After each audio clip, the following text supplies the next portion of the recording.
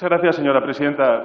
Señoría, yo creo que si vemos la evolución del precio del gas y, por tanto, de la energía durante este último año, podemos constatar que Putin llevaba más de unos meses preparando la guerra en Ucrania. Esto es así, señorías. Yo sé que para ustedes todo es culpa de Sánchez, pero es así, señorías.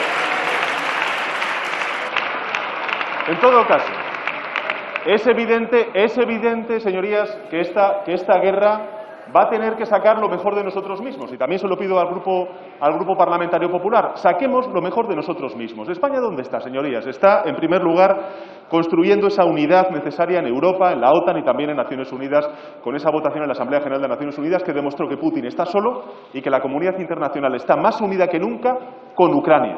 En segundo lugar, trabajando desde el punto de vista europeo en la respuesta económica y también en la defensa de nuestra industria para que ni nuestras empresas, ni nuestros ciudadanos, ni tampoco nuestras industrias sean rehenes de ese chantaje energético al cual está sometiendo o tratando de someter Putin, por ser más precisos, a Europa.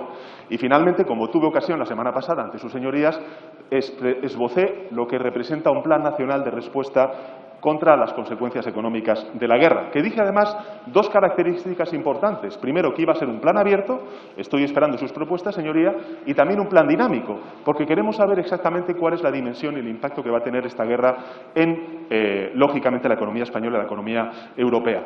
En todo caso, creo que es importante decir la verdad a los ciudadanos, señorías, no tratar de confundir a los ciudadanos.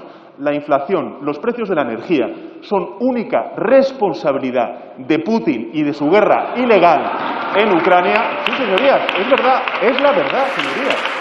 Y finalmente. Silencio, por favor.